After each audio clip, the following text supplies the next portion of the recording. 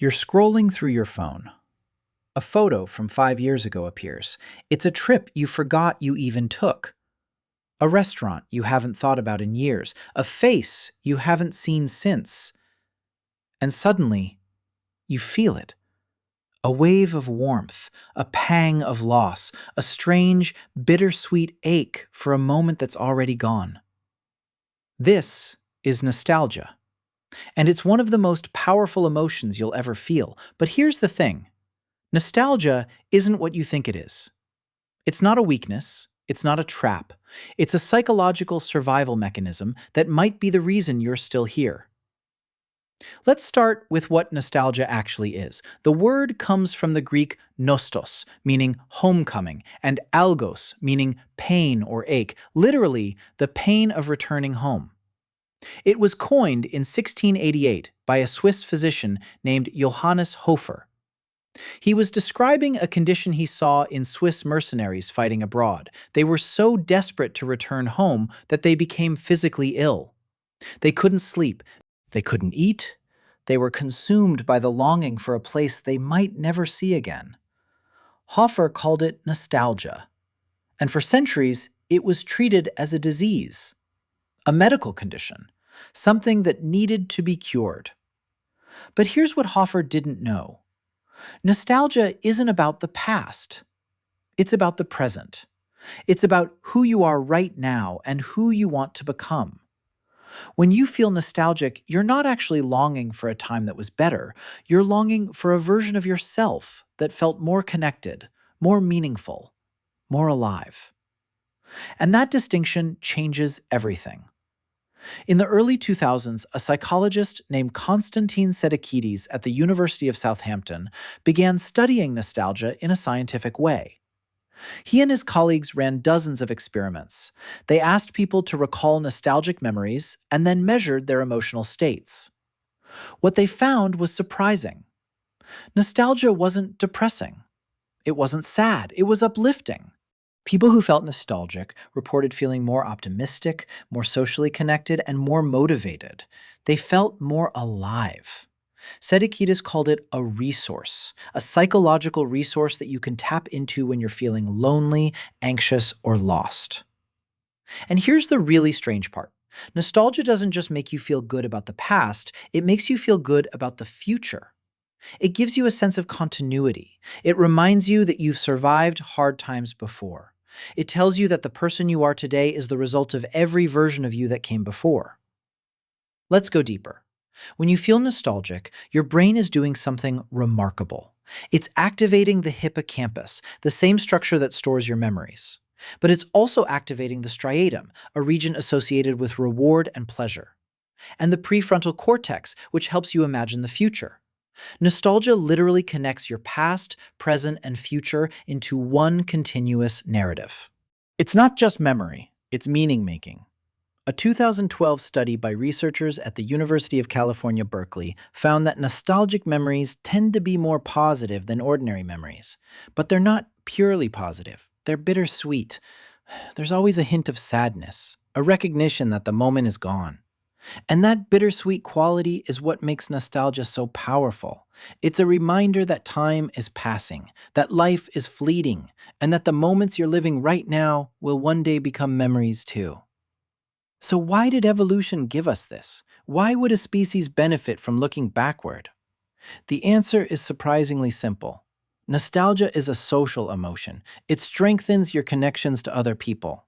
When you feel nostalgic, you're not just remembering an event, you're remembering the people who were there, the relationships that mattered, the bond you shared. And that bond becomes a resource. It reminds you that you're not alone. It reminds you that you belong.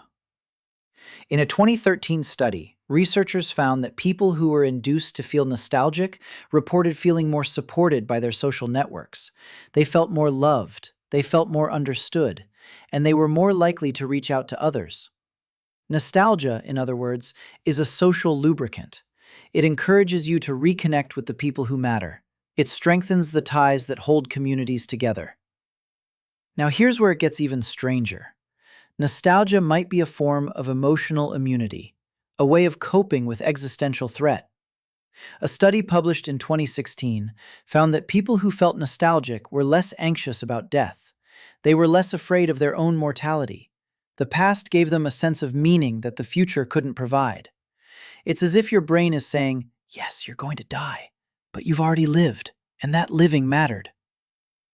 Think about what that means.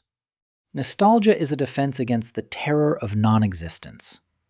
It's a psychological shield that protects you from the cold realization that one day you'll stop existing.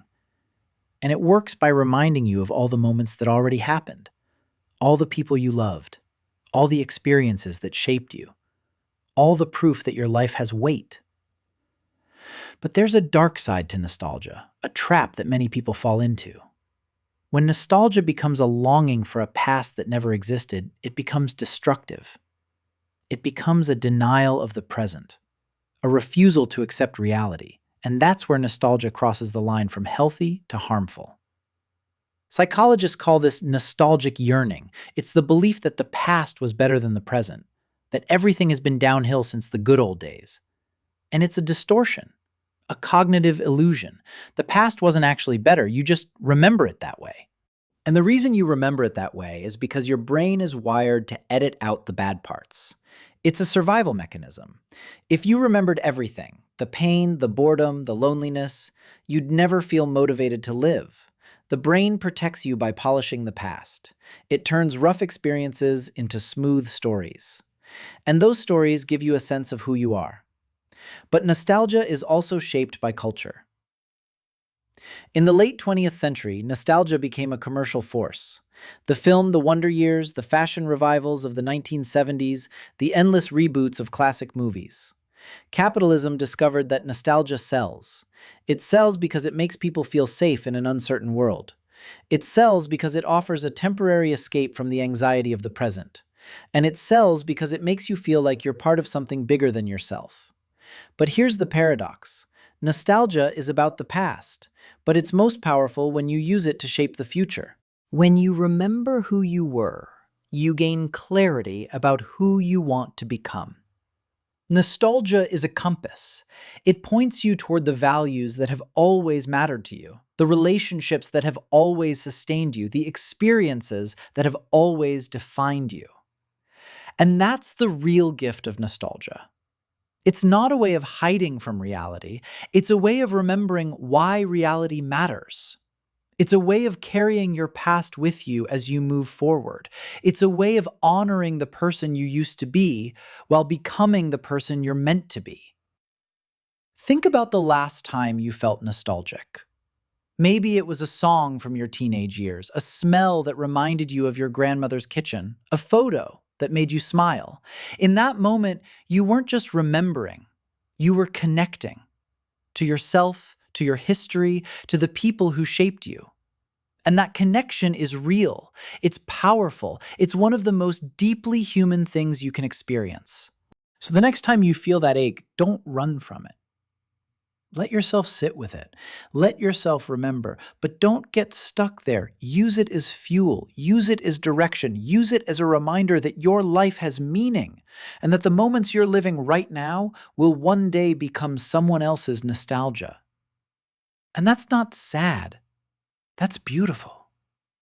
That's the shape of a life fully lived.